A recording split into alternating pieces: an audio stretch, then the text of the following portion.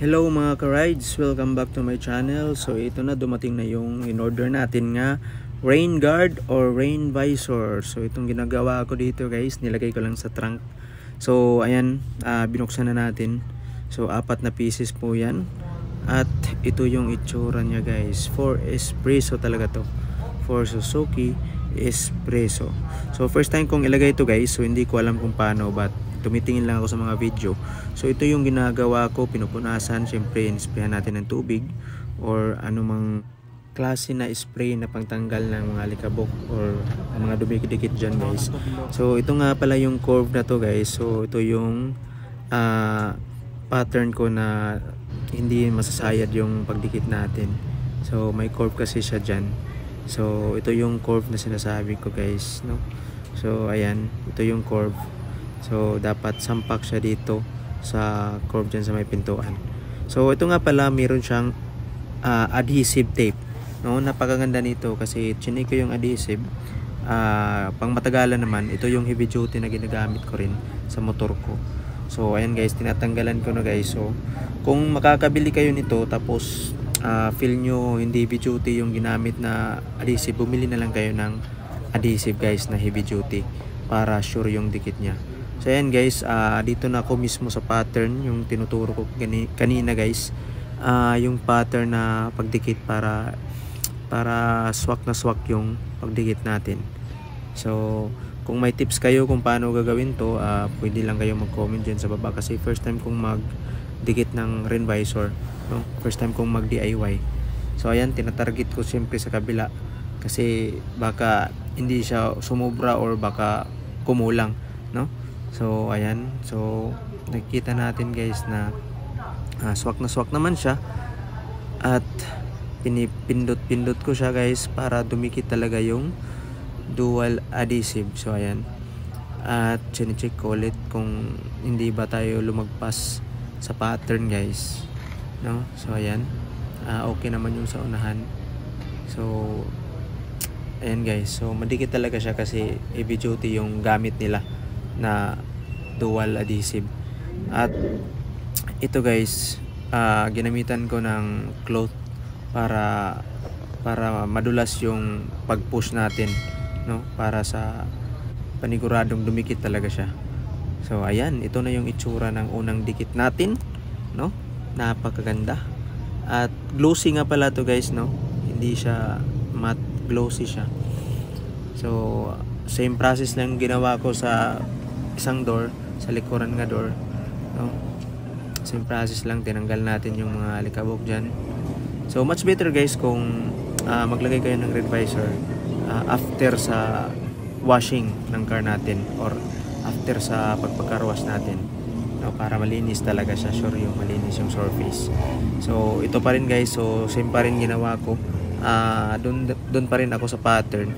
So ito naman guys, yung ginawa ko sa pangalawa, hindi ko lahat tinanggal yung adhesive tape, no? Inunti-unti ko lang guys. Ayan, hinanap ko yung parang tali sa dual adhesive. Ayan, kasi na-learn ako kanina pag dikit ko parang critical yun kasi diniretso ko lang eh. So baka dumikit siya sa maling surface. So ito guys, dinadandahan ko lang. So mas okay to yung ginagawa ko dito. Ayan, so dandahan lang. Pagka hiblot mo ng ng parang tali niya, so ayan, tapos na yung dikitan, no? Parang sabay dikit siya. Habang tinatanggal mo, dumidikit yung adhesive, no? So same process lang kanina, pinipisil ko talaga para sure, at saka ginamitan ko na naman ng cloth para madulas yung pag push natin para sure yung dikit.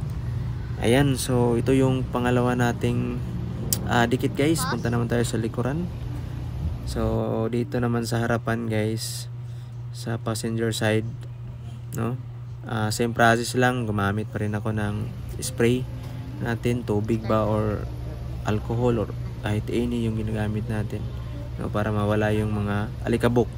So ayan guys, tinanggal naman natin yung wrapper ng adhesive. So ganun pa rin yung ginawa ko, hindi ko na nilahat pagtanggal guys. Ayan, inuunti-unti ko na siya. Ayan, tinatarget ko na yung pattern, yung parang curve niya, no? So ayan, sinukat ko pa na kung saan siya sasalpak, ano, ayan, kita natin sa unahan. So ayan guys, hanapin ko na yung tali. Siyempre dandahan pa rin kaya kanina ginawa ko. Ayan, nakita ko na yung tali guys, hinawakan ko na, no? At hilahin natin yan dandahan. So ito yung na-learn ko kanina eh. Ayan. So pag makita mo na sure na yung hangganan niya, sure na yung dikitan niya, yung sukat niya, pwede mo nang tanggalin lahat, no? Ayan. So tinanggal ko na kasi nakita ko swak na yung sukat niya para idikit siya. Ayan. Napakasimple lang pala ilagay itong rain guard or rain visor natin. So ayan, ginamitan ko rin siya ng cloth guys para sure yung dikit niya, no? Pinupush ko siya. At last one guys, ito na yung pinaka last na ididikit natin. So same process pa din, pinupanasan ko, no? Ayan guys, so sabi ko nga kanina, mas mainam kung bagong linis yung sasakyan natin or bagong car wash, kasi para hindi na tayo mahirapan pag punas dyan, no? Ayan, tinatanggalan ko na rin ng tinatanggalan ko na naman ng balat tong dual adhesive. So ayan, ganun pa rin, hindi ko nilahat, no? Baliktad naman tayo guys, dito naman sa kabila.